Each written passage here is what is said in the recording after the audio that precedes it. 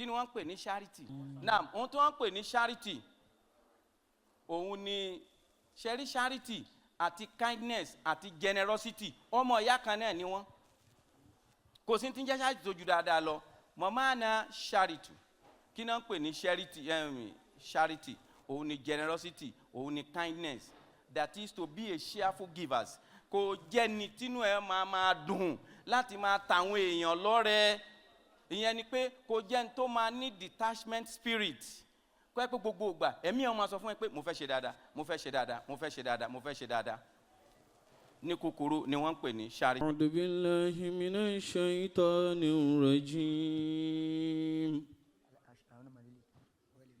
Bismillahir rahmanir rahim. Allah. وَلَقَدْ آتَيْنَا لُقْمَانَ الْحِكْمَةَ ما شاء الله أن اشكر لله ومن يشكر فإنما يشكر لنفسه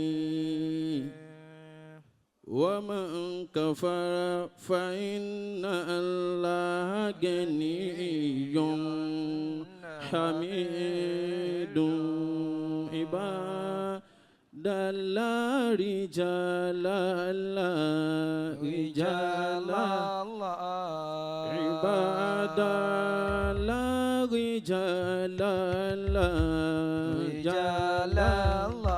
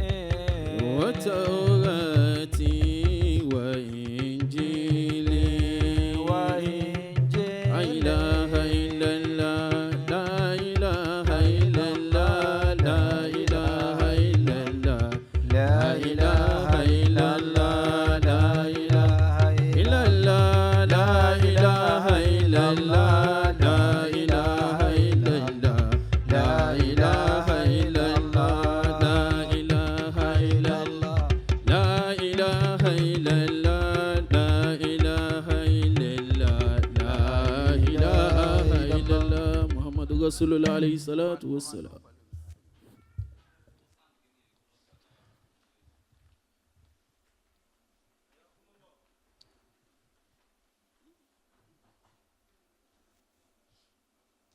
Allah. A'udhu billahi minash shaitanir rajim. Shabai. Bye. Ọ̀sẹ̀ bí abáyé ni kí n dúró ṣé ibi tẹ́ ẹ fẹ́ kí n dúró ni àṣẹ yín náà mo tẹ̀lé ẹni bá junu lẹ́yìn yẹn kì í yájú sí i. Allah. Naam mo máa kí àwọn èèyàn mẹ́rin kí n tó bẹ̀rẹ̀ wá sí. Alákọ̀ọ́kọ́ ọ̀ràn yẹn ní ká kí bàbá kí àjọ òun lọ́dọ̀ Ọlọ́run ìyẹn la dá ni wáyé tí ò ṣe má kì í. Ọba tí gbogbo ayé kí títí tí wọ́n fi ilẹ̀ sórí àga kíkí gbogbo ayé yìnyín títí wọ́n fi ilẹ̀ sórí àga ẹ̀yìn ni. Allah. Àwọn tànẹ́yìn wọn rí yìn tán òun làwọn náà ń dùn wọn ra lọ́wọ́ yìí nísìnyí àmọ́ bí a fẹ́ yìn dé. Wa ashhadu anna la rabba ghayruhu. Ẹ̀yin ọmọ ìyá mi àbí Lẹ́kì kọ́ la wà yìí ni Lẹ́kì territory ibi Ọlọ́run ṣe àwọn èèyàn jàǹkànjàǹkàn sí. Náà mo fẹ́ kí gbogbo yín ọlọ́mọ yìí pé bá a ti jòkó lẹ̀ yìí àánú la rí gbà o. Allah. Ẹ̀yin àǹfà mi àánú la rí gbà o kì í ṣe pa àdá wájú Ọlọ́run o. Allah. Ọlọ́run kan ṣàánú wa ni o ẹ jẹ́ làákà èèyàn máa sọ pé àánú mo rí gbà. Ẹ dákun ṣé gbogbo ẹni tó ké náà lórí ibi tiwa ti rí. Allah. Àǹfà máa sùn o. Wa ashhadu. Farabalẹ̀ èmi ní policy o àmì policy bad sórí ibi tó wà yìí kì í ṣe ibi tó lè máa wá fi kéwú ráhùn ó kéwú tí gbogbo àwọn èèyàn máa tí ó máa dà wọn tó sáko lè kéwú pé nǹkan ṣe wá.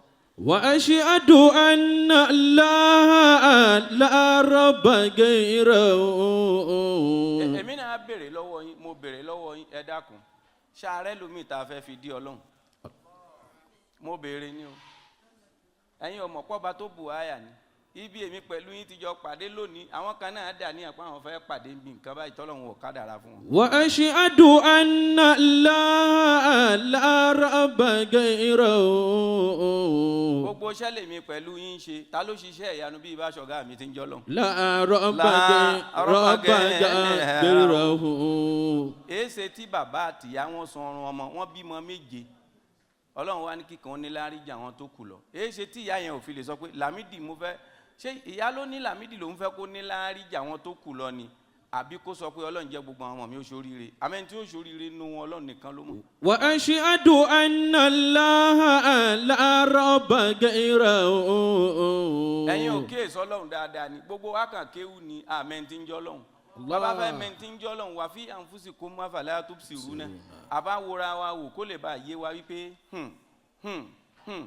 ibi obìnrin kan ti jíǹjì àárọ̀ rẹ̀ tó pàdé ọkọ alálùbáríkà nìkan náà jíǹjì àárọ̀ rẹ̀ ló pàdé tí ń gba bí bọ́ọ̀lù. sami'un basirun alimun mutakallimun. ẹ dákun ṣáwa mùsùlùmí ni gbogbo aláwa ń bí lẹ́dẹ̀ jòkó bí lẹ́dẹ̀ jòkó mi ò rẹ́ni kí Ọlọ́run lẹ́ jòkó bí ẹni tó rẹ́ǹtì ẹnu. sami'un basirun alimun mutakallimun. ọ̀gá mi ti ń jọ́ Ọlọ́run èèmọ̀ tí mo rí lára rẹ̀ ní àwọn èèyàn ò sí pẹ̀lú mi. gbogbo ẹja sọ pé Allahu akbar kabira ẹ wí bẹ́ẹ̀ lẹ́kàn náà. ṣẹ́rí àtẹ̀ntóhùn ẹ lókè àtẹ̀ntóhùn ẹ lọlẹ̀ ṣẹ́rí bá a ti ṣe wí at the same time yìí Ọlọ́run sì ti gbọ́ gbogbo at the same time ibi tó bu àyà dénú. ààrẹ ni tá a fẹ́ fi wí Ọlọ́run gbogbo òjòkó yìí ni ká ẹ nàró èyí tí ò bá nàró jẹ gbèsè fún bàbá tó dé yìí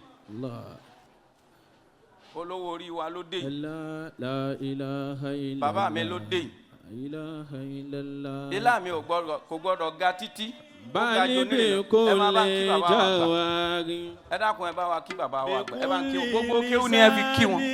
bali bi kò lè jawari náà nakulu lakum ahlan wa sahlan wa marhaba kulu lakum ahlan wa sahlan.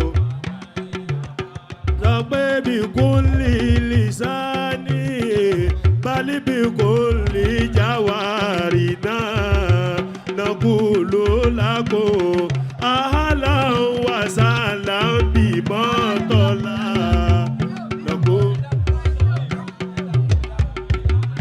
Salam bima dola wa kullu tulabi yastaviduna minkum la anta waliyo la isa ima dola la anta waliyo la isa ima dola oya bi kulli lisani be kulle jawarina be kulle lisani bali be kulle jawarina nakulu lakum ahlan wa sahlan bima tola nakulu lakum. Jazakumullah. ẹ jájọ wí bí kulli lisani balibi kulli jawarina nakulu lakum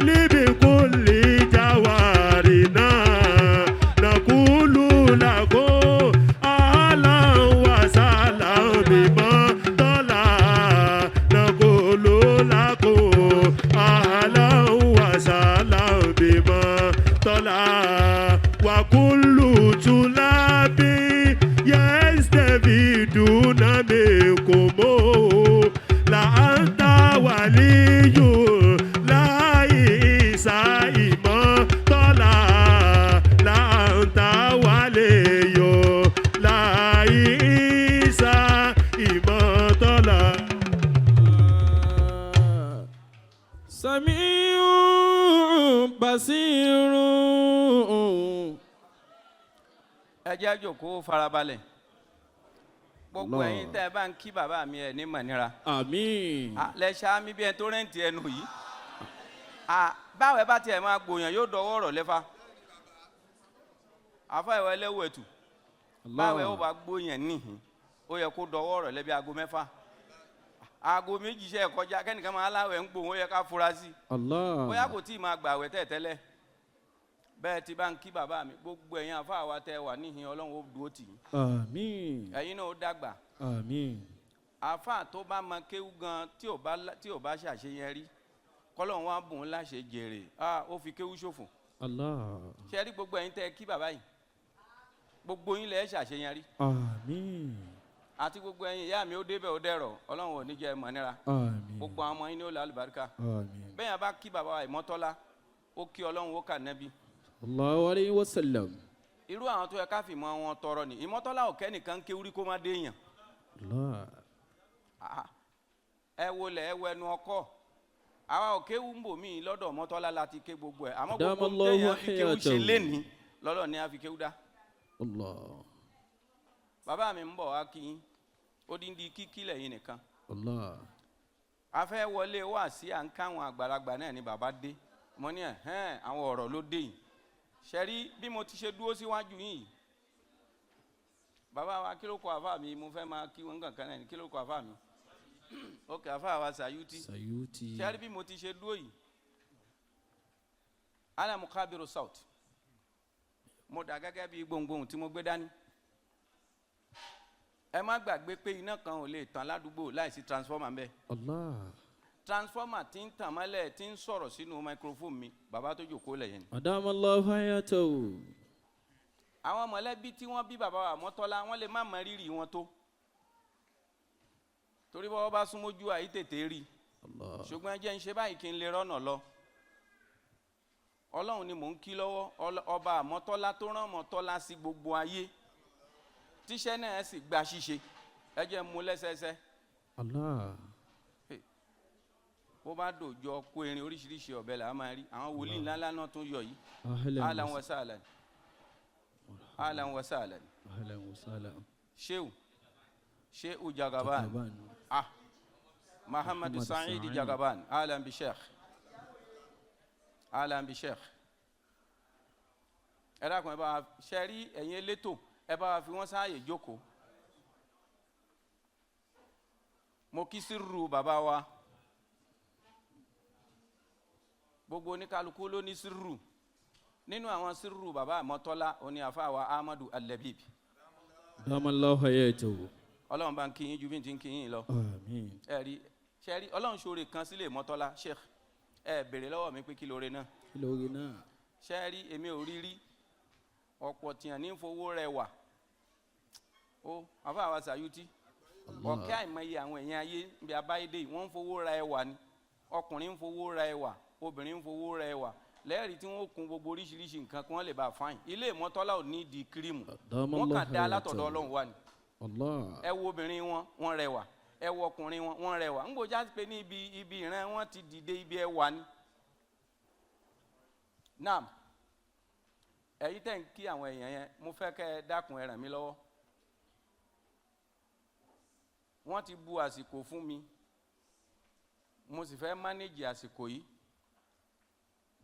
ẹ jọ̀ọ́ ẹ̀yin elétò tẹ́ ń gbà àlejò gbogbo àlejò tí ń bá ti ń dé ẹ máa bá wa fi wọ́n sáàyè wọn. naam ọlọ́run ní ń kí lọ́wọ́ sáré bá ń kí kí n lò ṣẹ́jú díẹ̀ ká lè tètè rọ́nà. Sami'un basirun alimun mutakallimun. Sami'un.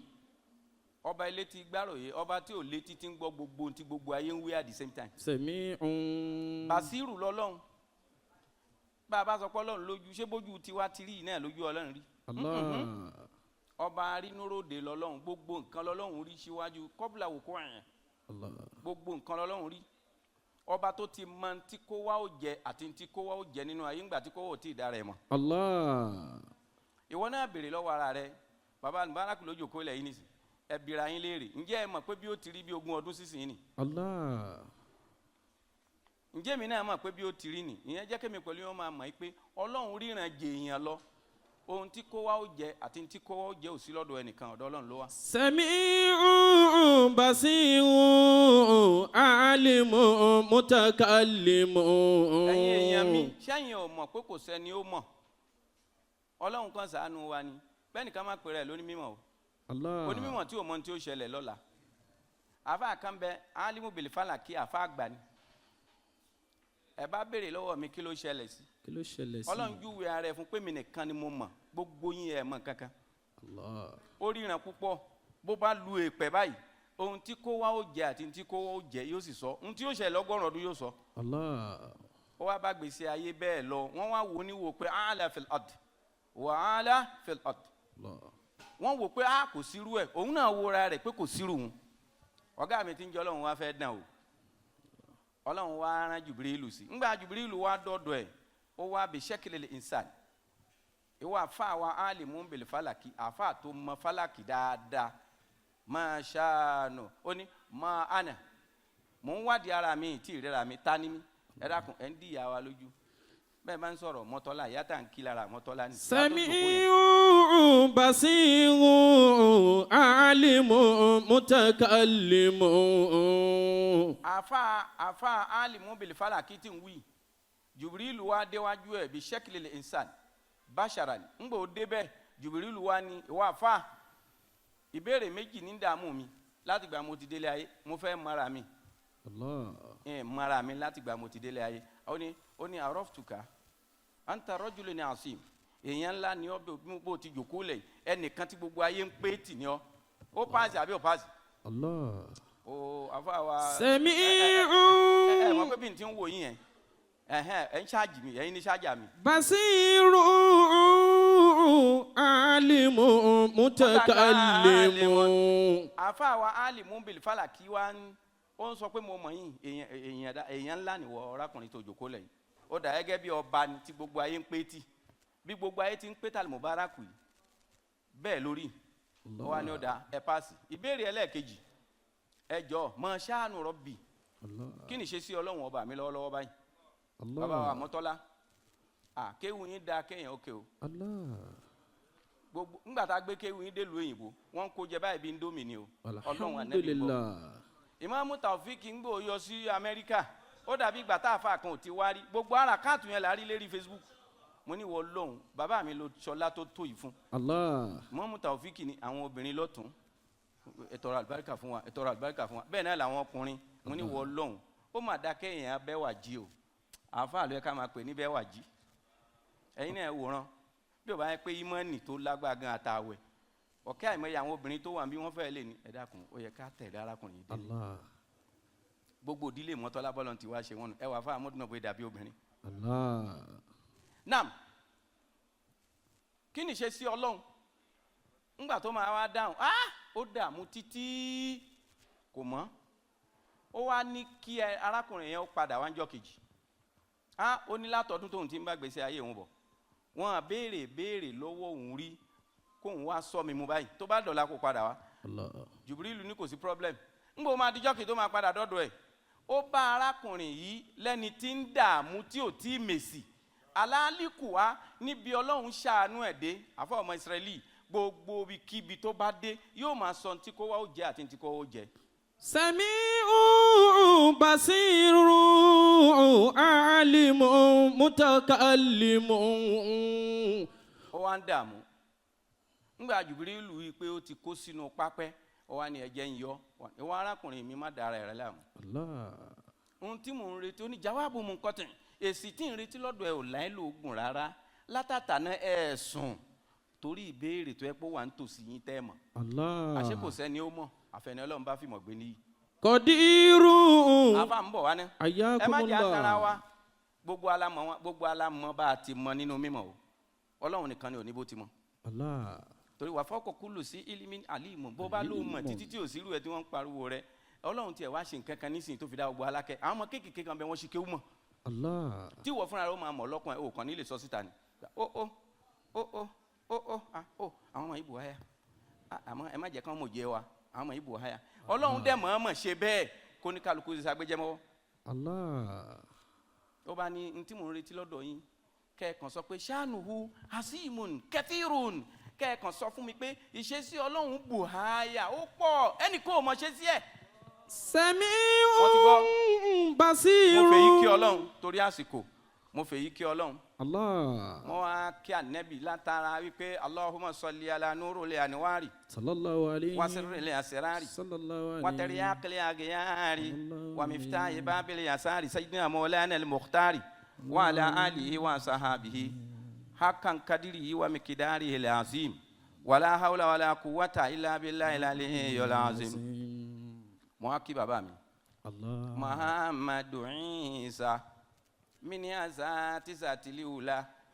Ula. Do you all agree with me that Baba wa Fadilatu Sheikh Maulana Al-Almayi Muhammadu Isa Imotola mini azati zatili ula.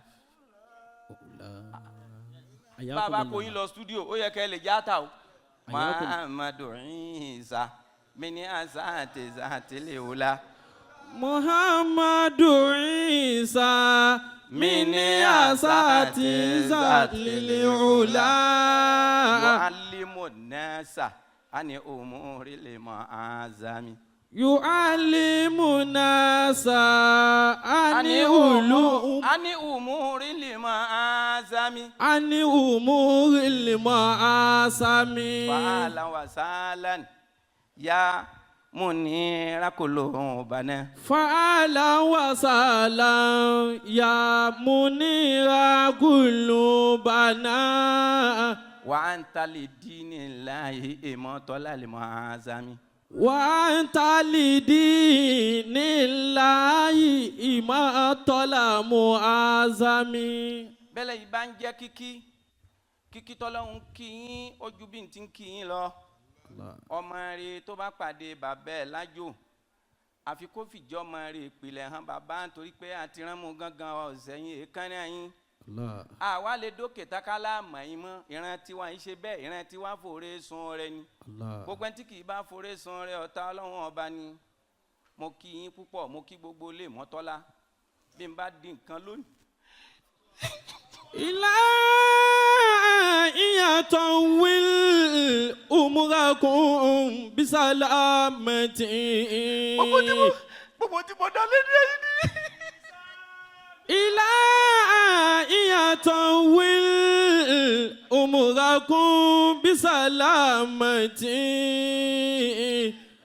وقاكم إلى أولي عرش من كيد حاسدين. وقاكم إلى أولي عرش من كيد حاسدين. Kéwú tí mo ké kò tó nǹkan. Ìmọ̀ tí mo máa kò tó nǹkan. Ohun Ọlọ́run ló ṣàánú mi.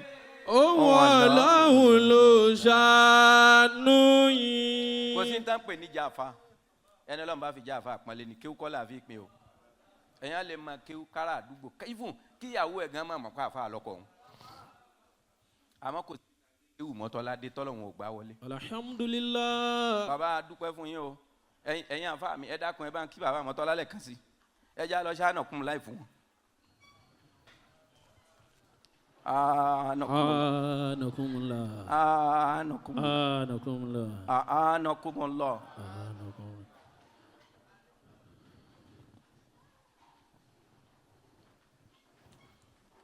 Ayakumullah. Mo fi bàbá Mọ́tọ́lá kí gbogbo ẹ̀yin àfa wa Ọlọ́run ni mo fẹ́ fi kí yín. Allah. Àdìsí kan bẹ àfa wa Abu Hurairah òun ló gbẹgbẹ àdìsí náà wá ó ní lillahi alun fil ard.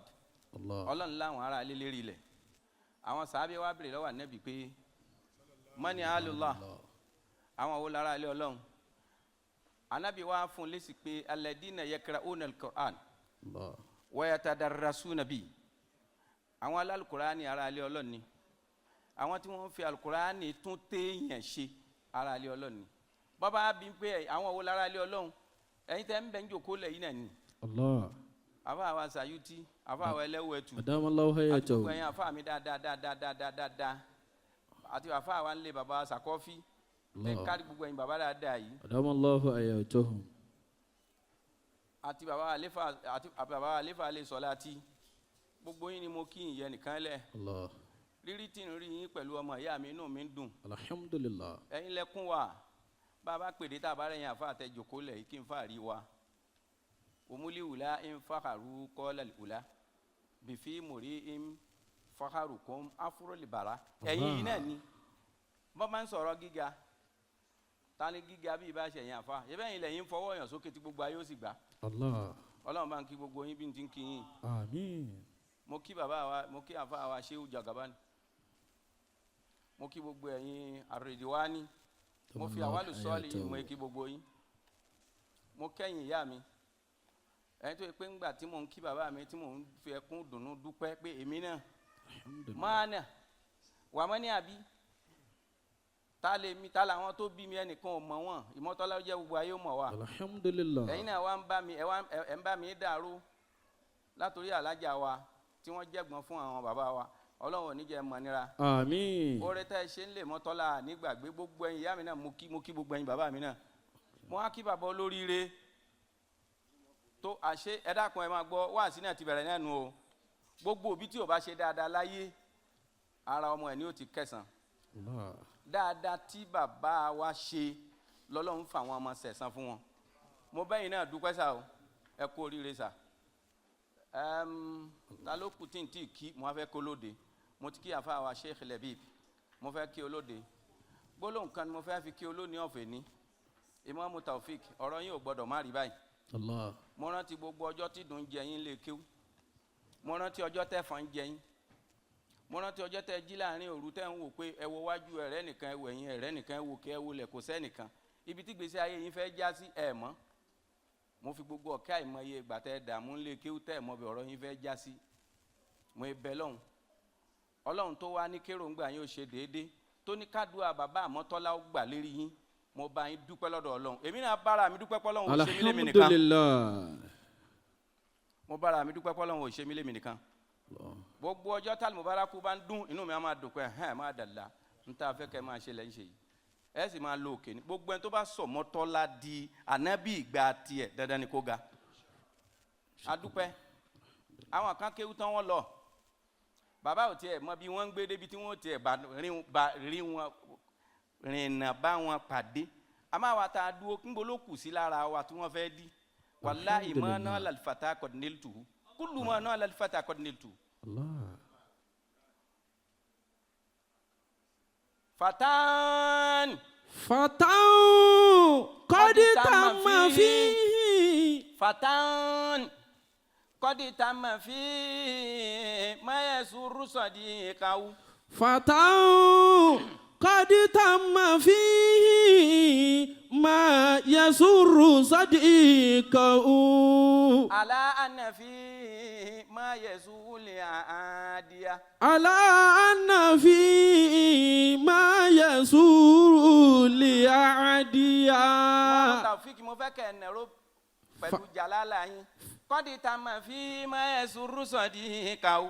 Kọ́dí tá ma fi.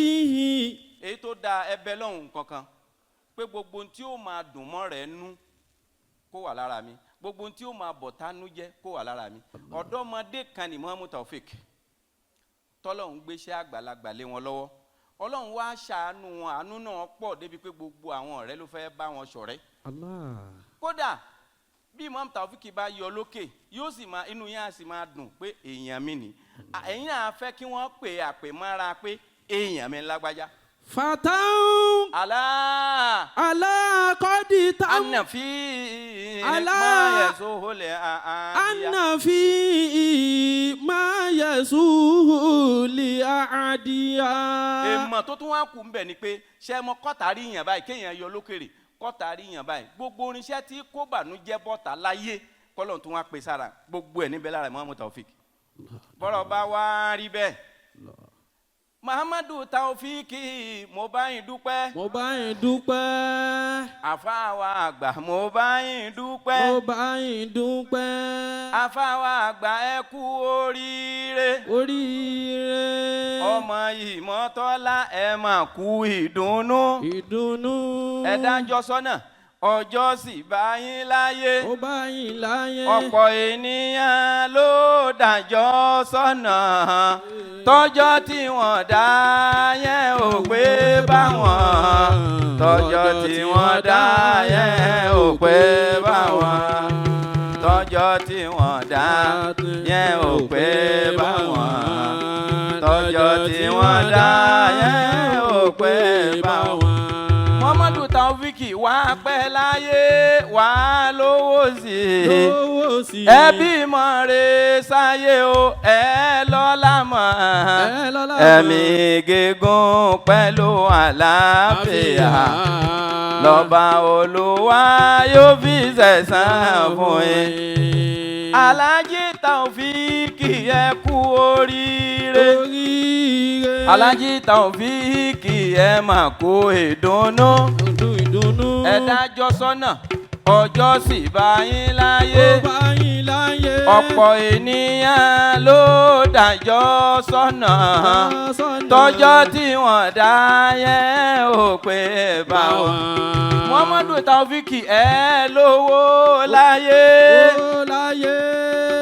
ẹ bímọ re sáyé o. ẹ̀mí gígùn pẹ̀lú àlàáfíà lọ́ba Olúwa yóò fi ṣẹ̀san fún yín. Ó yá la ilaha illallah huwa la ilaha huwa la ilaha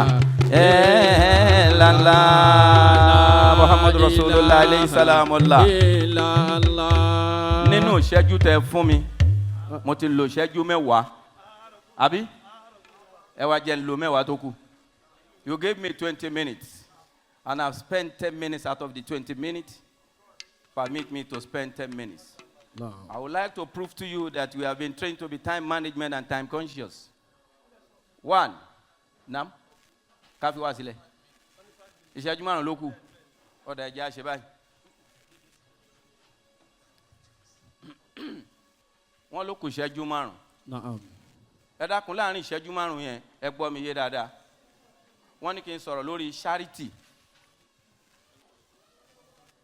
Ẹ jọ̀ọ́ mo fẹ́ kí ìjókòó balẹ̀ ẹ jọ̀ọ́ ẹ lọ jókòó ẹ lọ jókòó. Mo fẹ́ kí ìjókòó balẹ̀ wọ́n ní sọ̀rọ̀ lórí charity. Charity. Bí mo ti fẹ́ mú rèé mo fẹ́ sọ mùtẹ̀wíyàtì méje lábẹ́ charity. Àkọ́kọ́ mo fẹ́ sọ kí ni wọ́n ń pè ní charity.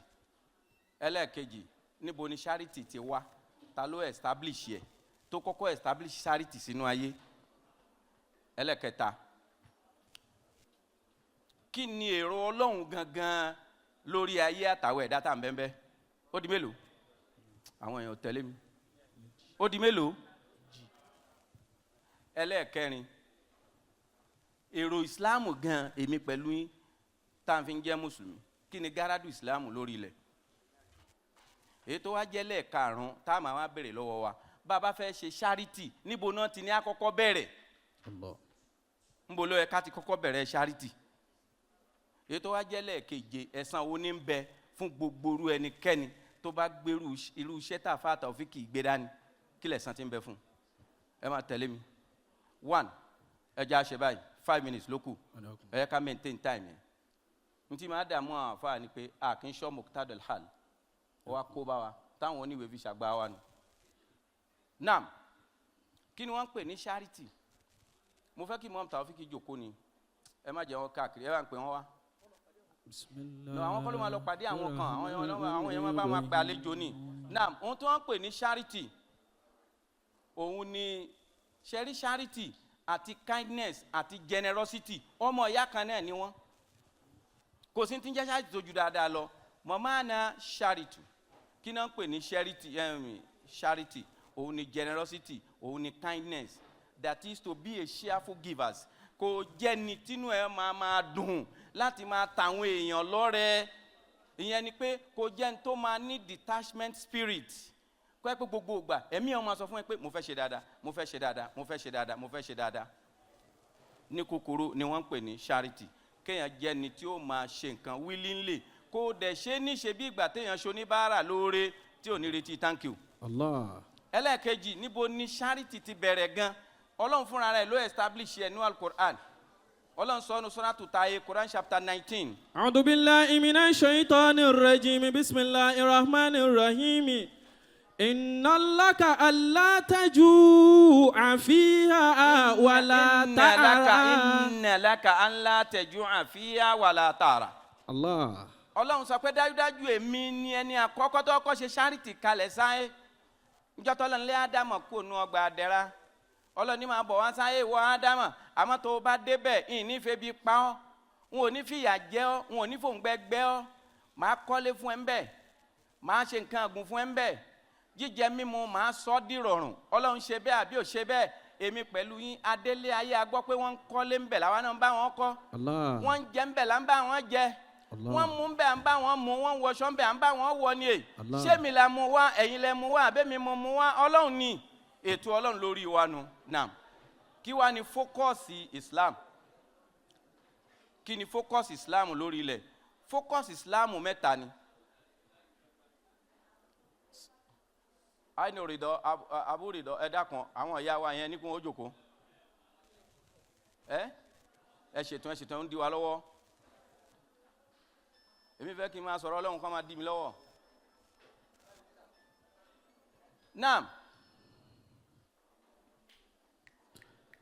Walitakun minkum ummatun. Ẹlẹ́ẹ̀kejì, mo ní Ọlọ́run ló establish charity. Bó ṣe establish ẹ̀ mo ti sọ fún wa nínú Al-Qur'an. Ọlọ́run ló ní òun á máa tọ́jú wa, òun á fún wa ní jíjẹ, òun á fún wa ní mímu. Àṣé gbogbo ohun tó fún wa yẹn ó yá wa ni o, and we are going to account for it. Allah. Ìyẹn do ẹlẹ́ẹ̀kẹta ń bẹ. Kí ni focus Islam lórí ilẹ̀? Focus Islam mẹ́ta ni.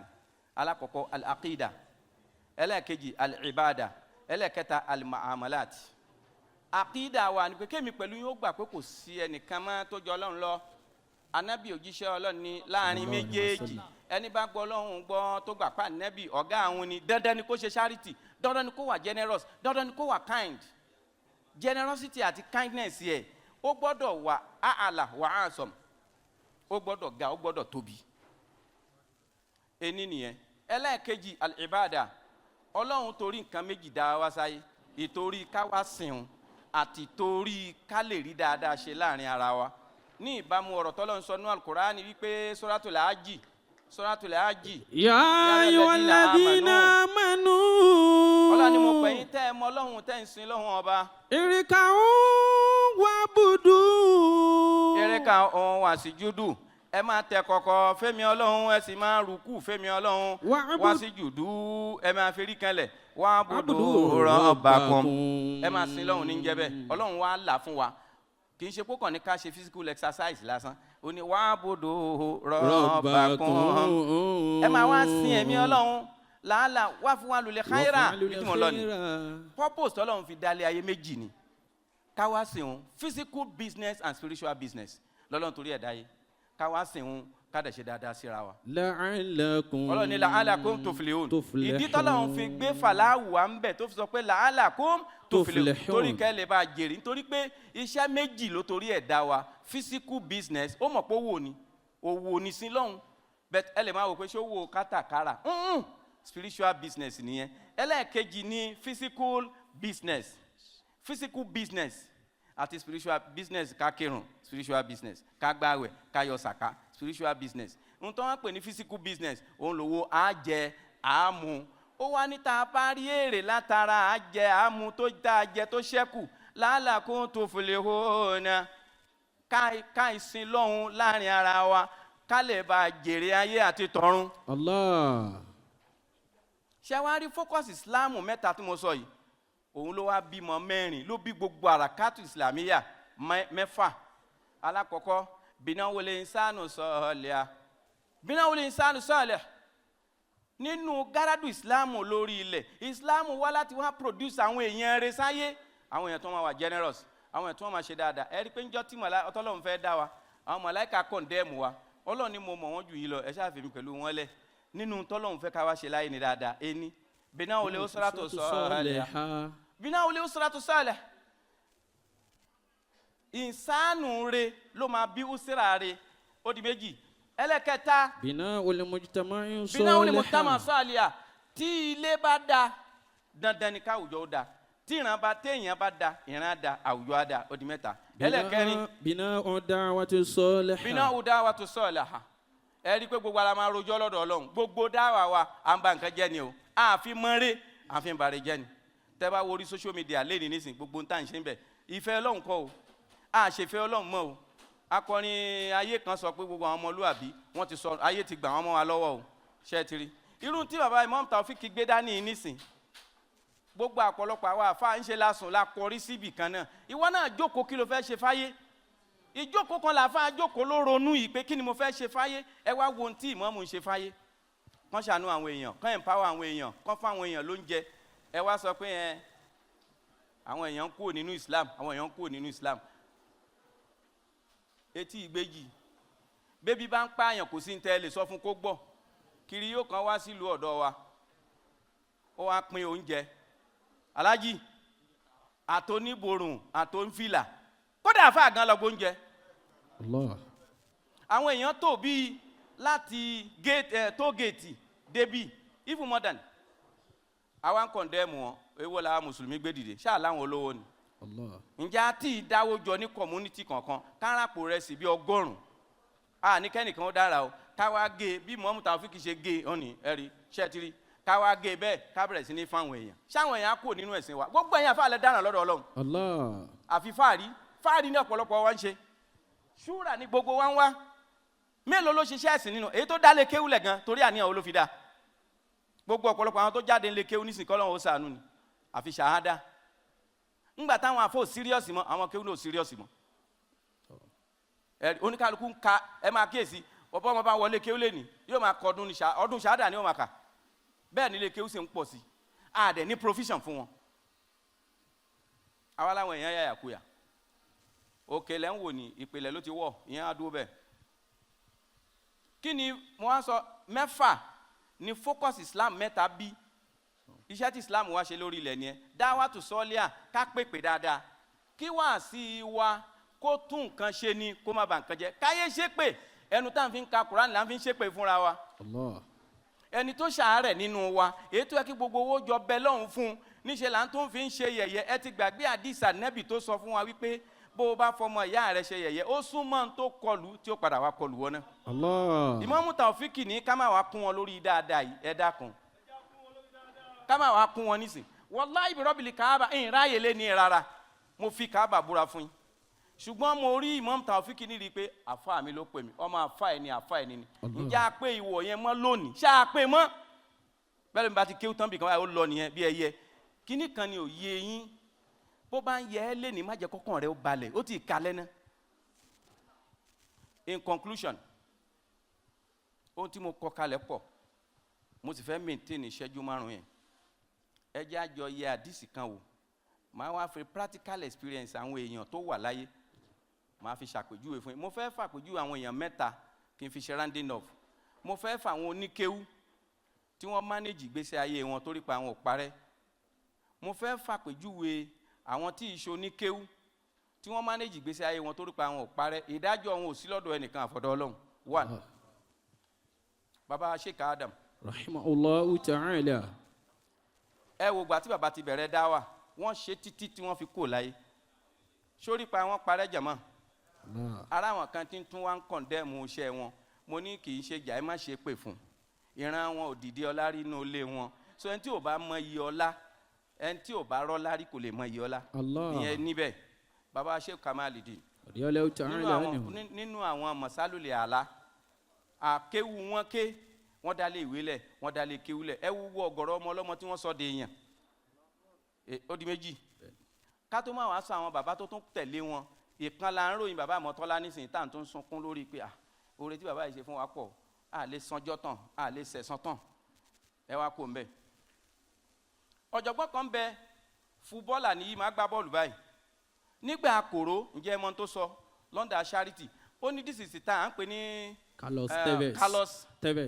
Carlos Tevez ọmọ Argentina ní san Argentine ǹjẹ́ ẹ mọ̀ tó ṣe ó ní nísìnyí àsìkò tá a nídìí charity ní tí à ń jẹ àwọn èèyàn tẹ́bi ń pa àwọn èèyàn ó di mélòó tó ronú bẹ́ẹ̀ ó lẹ́yìn fúbọ́ọ̀là ẹgbẹ́ mi olówó tó wà lọ́wọ́ wa ọdún mẹ́wàá ìdá kan nínú ìdá wa ẹ̀ àti ìná tán ó lè ká declare surplus báyìí ṣáwà fáwọn náà lè ronú bẹ́ẹ̀ ni ṣebí kan ni wọ́n mú Taofiq ń ṣe ẹ ṣe jẹ́ kó jẹ́ role model kó jáwò kọ́ ṣe fáwọn náà ilé là ń kọ́ kiri ilé náà wá kọ́ náà ni àwọn akọ́lá ìnílé ò dáa torí mi náà ní tèmi ṣùgbọ́n kíní kan ni kí ló dé tẹ́ ẹ̀ sáré borí pa yín ò ṣe ní parẹ́. There are two times that come to this world. Àwọn ará méjì ló wá sílé ayé yìí. Some came to this world and they died on sang. Àwọn kan kú family wọn ò tiẹ̀ rántí wọn débi aládùúgbò débi aráàlú. Allah. Why others came to this world and they took their time meaningfully for the progress of the world. Àwọn kan kú ayé ò gbàgbé wọn ó dàbí ìgbà tí wọ́n tún ń ṣẹ̀mí. Ask yourself. Ìwọ náà béèrè lọ́wọ́ rẹ̀ irú sáfù wo ló fẹ́ kọ́ lọ́hùn tó ẹ sí ṣé sáfù àwọn tí ó kú ò láyé torí pẹ́ o tí ó dàbí ejò tó kọjá lórí àpáta ni àbí sáfù àwọn èèyàn tó ṣe pé wọ́n kú ò láyé ó dàbí ìgbà tí wọn ò kú ìràwọ̀ wọn ò kú kò sì wọ̀kùn. èyí tó bá wọn ni ọmọ ń bẹ. naam MKO Abiola sáfù àwọn olówó bàbá Sheikh Adam rahimahullahu ta'ala nígbà tí Abiola ra mọ́tò fún wọn bàbá wa ní ẹ kẹ́kọ̀ọ́ ń bẹ gbogbo ẹ̀yàn àfáà lélẹ́yìí fẹ́ báwí àtẹ̀yìn olówó bàbá ní Ájì Abíọ́lá ọkọ̀ tí ń gùn yín kẹgbó ìmí ló tún gbé wá yín nísìn èyí tí ọba dáa ni pé ó gba àwọn àfáà wa rọ́bítọ̀ kò sí èyí tó ń gun mọ́tò gbogbo wọn ń pẹ́ dé mítìnì ẹ̀yin olówó kẹ̀ní ẹ̀ lè fẹsẹ̀ rìn bí wọn ẹ má jẹ́ ìyàwó jẹun lọ́ọ́ ra mọ́tò fún gbogbo wọn èmi ò ní di mọ́tò mọ́ èyí tí ń gùn yín lè gun mọ́tò méjì papọ̀ lẹ́ẹ̀kan náà kódà bí ọba jẹ́ pé necessity ni ìní gun mọ́tò ńgbà tí ní mọ́tò bí n bá wọ mọ́tò eléyìí ó fẹ́ sanwó mi ọ̀hún ó fẹ́ sanwó mi mo àwọn pé kí n má da àwọn èèyàn láàmú inconvenience ni Abiola ṣe ra mọ́tò fún gbogbo wọn. Allahu akbar.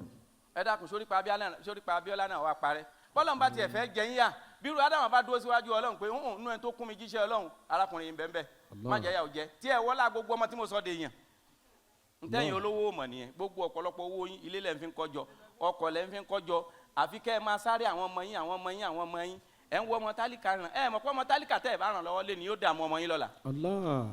ìyẹn wá dúró bẹ́ẹ̀ nínú ìṣẹ́jú márùn-ún mi ó ti pé n tí ń sọ ó ta létí yín. adúpẹ́ yes. dárí bàbá pẹ́ bàbá ló nílé ojú tì mí bí mo ṣe dúró tì wọ́n yẹn àmọ́ kọ́ ṣàdúrà fún wa ní ìsìn. don't worry gbogbo àwọn ọmọ ilé kí ó ta bá ti wà láàrin àwọn àfa wa báyìí ẹ̀rù máa bà wá ní ànímọ́bí tá a yà sí. ẹ jẹ́ àtẹ́wà dúrà. don't worry mo ti padà wá sílé nítòsí ṣùgbọ́n ẹ fún mi ní 1 minute mo fẹ́ kẹ́ kẹ́kọ̀ọ́ mbẹ̀ ni ṣẹ́rí ẹ má ṣe program pé káyọ̀ kàn rí pé ẹ ṣàfẹ́fẹ́ yẹyẹ Ọlọ́run ó bí i. Ma kana lillahi idama wa yattasilu bi wa ma kana li ghairihi la yadum. Ohun tá a nílò ní gbogbo àwa tá a wá ṣe wá sí bíbá yìí lénìí ohun t'Ọlọ́run fẹ́ appreciate lára wa ni ọmọ Ọ̀tẹ́dọ́lá Fẹ́mi Ọ̀tẹ́dọ́lá kan náà yìí mo fẹ́ fi ṣe rounding off kémi pẹ̀lú ìrònú lọ lé ká lọ wò pé ń bo lèmi kí ni mo fẹ́ lọ ṣe kí ni mo fẹ́ bẹ̀rẹ̀ sí ni ọmọ ṣe ń sìn léyìí tó kù tí ń lò láyé tẹ́nìkan ò lè sọ.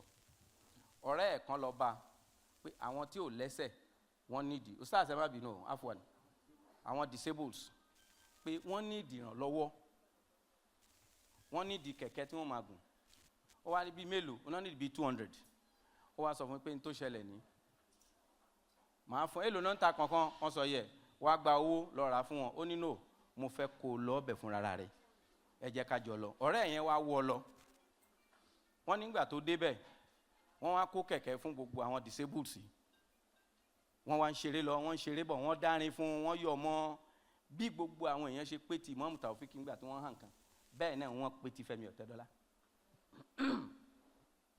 Ó wá fún wọn ní nǹkan, wọ́n dárin fún, wọ́n yọ̀ mọ́, ó wá fẹ́ máa lọ. Ó wá débi tó ti fẹ́ wọ mọ́tò, ìkànnú àwọn tí ò lẹ́sẹ̀ yìí ó bá yí kẹ̀kẹ́ yẹn, ẹ mọ̀ ẹ máa ń yí kẹ̀kẹ́ yẹn, ó wá sáré lọ bá, ó wá dì mú lẹ́sẹ̀ báyìí, ó wá dì mú lẹ́sẹ̀ báyìí. Ó wá sọ fún pé ó ní what can I do for you? Rárá, ó ní mo wá wojú yín lẹ́ẹ̀kan sí ni tó bá dọjọ́ gbẹ̀ndẹ̀ alikiyama kí n lè recognize yín wájú Ọlọ́run. Allah.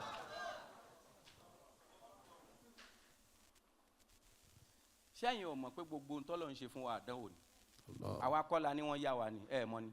Kódà gbogbo kéwú tá a mọ̀, gbogbo owó tá a ní, gbogbo ọlá tá a ní wọ́n yá wa ni o. We are going to account for everything. Bónílé bá ní ajẹ́ tán. Àlejò tó bá ní tìjú ó yẹ kó mọ̀ pé ó yẹ kó ń jẹ́ kú. Jẹ́ kú ni. Ngbà àwọn pọ́n ẹ lé. Wọ́n wá kó ẹran bíi 10 sínú àwo owó nìkan 5 alive bíi 20. Wọ́n sì ń wo oníkankan oríwèé wò wó orítọ̀ ń wò wó owó dédé náà bí àṣà àwọn Ìjẹ̀bú. Àwọn ọmọ bàbá tó pẹ́ lálejò gan ó dúró sẹ́yìn ilé pé bàbá wa ṣàlejò gbà irú èèyàn kódà àwọn ti ẹ̀jẹ̀ kankan kù fáwọn ọmọ ilé. Bónílé bá ní ajẹ́ tán àlejò jẹ́ kù ni. Mo fẹ́ ṣe nǹkan kan bíbá ilé ni. Bóyá ẹ̀yin tẹ́ ẹ wà ń bí ẹ lè lé títẹ̀ fi gbọ́rọ̀. Èní wàláhi làásìm kódà àwẹ̀ ọdún Ọlọ́run fi ṣàdánwò fún wa ni. Mo sọ fún gbogbo àwọn àfáà ẹ má ṣe wáàsí ẹlẹ́sẹ̀ kan o, wáàsí generosity ni ẹ má ṣe, charity gbogbo àwẹ̀ yìí gbogbo àfáà yé torí pé àwẹ̀ ọdún yìí Ọlọ́run àgbà ni o alaba musa o Ọlọ́run àgbà ni o. Mo sọ fún gbogbo àwọn jàmáà mi mo ní ẹ wá ẹ dá owó ẹ jẹ́ àjọ dá ẹ pè mí náà má bá yín dá ń bẹ̀ ká ra oúnjẹ ká bẹ̀rẹ̀ sí ní fáwọn yẹn lóúnjẹ. Mo appreciate tí Imam Taofiq ṣe o Ọlọ́run ó sì fa àlùbáríkà sí. Àmín. Yóò sì sọ yín lẹ́san rẹ̀. Àmín. Ṣẹ́rí kí n tó kú òun bíbáyìí mo fẹ́ kẹ́ dán lọ́hùn wò lára mi. Allah. Èèyàn méje tó bá lè dán wò wàláhì tí ó fi kú ò láyé àlùbáríkà bá àmọ́tọ́lá kò ní kábàámọ̀ kò tí ì lówó yóò sì dẹ́n tí ó ní sí. Ǹjẹ́ mo rẹ́ni tó lè dìde tó ní bí Ọlọ́run dá mi lọ́lá dé mo lè fọ́lọ́ ní 100,000 níjòkó lẹ̀. Má ṣe ha o èyí tó bá ṣe ń bí Ọlọ́run ó gbà o gbogbo alamọ bọ́lọ̀ ń ṣe kẹwàá mọ́ o ó níye mọ́tò tá ń rà o Ọlọ́run kò sí ètò kan Ọlọ́run pẹ̀lú ẹ o àmọ́ lẹ́ni nínú tí Imam Taofiq ṣe yìí kò ní dákó gbogbo ládá lọ. Ta ni kí n pè ustaz torí bí n bá ti sọ fèrè lẹ̀ mo fẹ́ fowókọ Ọlọ́run lélẹ̀ nísìnyí kí n tó máa lọ. Talent tó lè fọ́lọ́ ní 100,000. 100,000 naira. Tó lè fọ́lọ́ ní 100,000. Lójú mi ni o, kì í ṣe tí n bá lọ tán. Tí n bá lọ ẹ̀ máa dára tó bá wọ̀nyí o. Ta ni? Talent tó fẹ́ ja Ọlọ́run ló lè. Pé mo lè fọ́lọ́ ní 50,000 nínú ọlá tọ́lọ́run dá mi kò pọ̀. Mo ju 50,000 lọ, 100,000 máa fún un. Èèyàn méje péré mo nídìí. Èèyàn méje. Torí mo fẹ́ lo istigasa àwọn ẹni Ọlọ́run. Ẹ má bọ̀. Now. No, ẹ má worry. Mi ní kò ṣe tó lẹ̀. Ntẹ́mi mi sọ fún mi ní í ṣe yìí. Ilé mo wà ní. Ara tí ń dá yìí ẹ ká mi lọ́wọ́ kò ní. Torí pé mo wà ń lé ní mi ò dẹrùn. Àbá Amadu lè sọ. 100,000. Ta lẹni tó lè nàró èmi o mo follow ní 100,000 àbí mo fún ní 50,000. Ṣé ṣárakùnrin yìí ni. Bàbá kan ti dìde mẹ́rin. Ẹ̀yin jókòó kalẹ̀ o ẹ jókòó kalẹ̀ gbogbo owó tẹ kó sí báńkì ẹ mọ̀ pẹ́ni ẹlẹ́ni lẹ kó lẹ̀ fún. Èló ni wàá follow. Sí cash account number. 100,000. Ó follow 100,000. Lọ dúró síwájú bàbá àmọ́tọ́lá kò kàn wọ ẹyin jú wọn ó tán wọ́n rí tiẹ̀ gbà lé nínú. Ẹni. Ìṣòríire nu. Ẹni. Ọya ṣé káàṣì ló fún wa ni àbí ó máa ṣe transfer ni. Àwọn Imam Taofiq àwọn elétò yín dà. Wọ́n ní Nuru Saadatul Haqi. Èèyàn méje péré ni mo ní ìdí omi báyìí gba donation èèyàn méje péré. Wọ́n ní Nuru Saadatul Haqi wọ́n á fún jòkó yìí ní 500,000. Àwọn dà. Àwọn ni ẹ bọ̀ bọ̀ Alhaji Ustaz àwọn dà máa bọ̀ bàbá wájú wa mi. Jagaban ni wọ́n láwọn fún jòkó yìí ní 500,000. àwọn dà. àwọn lọ́wọ́ gíláàsì ẹ̀ second lecturer ni. Allahu akbar. Inshallah to save our time ó ti rí ẹ̀yàbá. Allahu akbar. Inshallah ta ló tún fẹ́ ṣe bẹ́ẹ̀. sẹ́ẹ̀rì àfa ọlọ́run. 500,000. Wọ́n láwọn Oya fún àwọn èèyàn àti níyàn méjì torí àsìkò. ẹ máa bọ̀ ṣe kíákíá èèyàn méje péré mo nídìí o kémi tó máa lọ. Oya bọ̀ ó wájú yẹ mi, kẹ́jú máa kọ bọ̀ wájú àkáǹtì yẹn kalẹ̀ ẹ̀yin foundation. máa bọ̀ ọ̀rẹ́ wa èèlò ló fẹ́ fún ọlọ́run 50,000. Ọlọ́run àwọn fún sáfù 50,000 kan tó báyìí ẹ bá ti pé méje péré nù Oya. ẹ̀yin méje lọ́lọ́run rán mi sí mo ń lọ tiwa nù. alájà wo kán náà ló kárí wọn ni o kémi tí ẹkẹ ti fojú mi kí n rí yín ni ó tán. alájà kí ló wa kọ wọn. sísítà ìyàwó wa ọ̀nà ní 50,000 naira. wọn ló kọ ni ó kọ wọn ní ká béèrè. 100,000 bóyá wọ́n fẹ́ ṣe àrò orúkọ ó yá ẹ mú àkáǹtì lọ bẹ̀lẹ̀ kan náà. Allahu akbar ṣe é ti rí. ẹ mú àkáǹtì lọ bẹ̀lẹ̀ kan náà Oya. ìwọ tó ló fàáfà tó ló fọmọ fàáfà ìyá jẹ. mọ̀mọ́ wa náà bàbá fún ẹlẹ́wù ẹ̀tù 100,000 wọn làwọn fún wa ní 200,000. ẹ mọ̀ dárúkọ gbogbo àwọn tó ń ṣètò yẹn ọlọ́run járí bàbá wa pẹ́ bàbá wa Sheikh Al-Mubarak. màmá wa alájà Hafsatu Akànní 50,000. èèyàn méje péré ni lọ́dà kó ti ń súnmọ́ méje tí méje lẹ́yìn mi sọ méje. ó ti súnmọ́ méje. méje fẹ́ tó kú lẹ̀. ó ti pẹ́ mélòó ó dàgbọ́ ti ń ṣe ẹ máa korúkọ gbogbo àwọn tó bá ní ṣe bàbá ètò wa yẹn. Jagaban $500,000. bẹ́ẹ̀ ni inshallah. bàbá ẹlẹ́wù ẹ̀tù 200,000. inshallah. sẹ́ẹ̀rì wọ́n ń bú wa pa olówó. alhamdulilayi. wọ́n máa ń bú wa pa oléèyàn. a kí gbogbo àwọn bóṣì. àwa máa lówó àmàléèyàn alukóránù lówó wa. alhamdulilayi rabbil Naam. alamin. ó dà kó ti débẹ̀ sá. ṣé o ti pé méje. bẹ́ẹ̀ ni sá. ayakumullah ọlọ́run jára àwọn bàbá wa pẹ́. ẹ tẹ́wọ́ ká ṣàdúrà. ó yẹ ẹja ṣàdúrà lẹ́ẹ̀kan náà ẹja ṣàdúrà àsìkò ti lọ. ẹ jẹ́ ká ṣe láhàúlà mẹ́ta. láhàúlà mẹ́ta láṣẹ.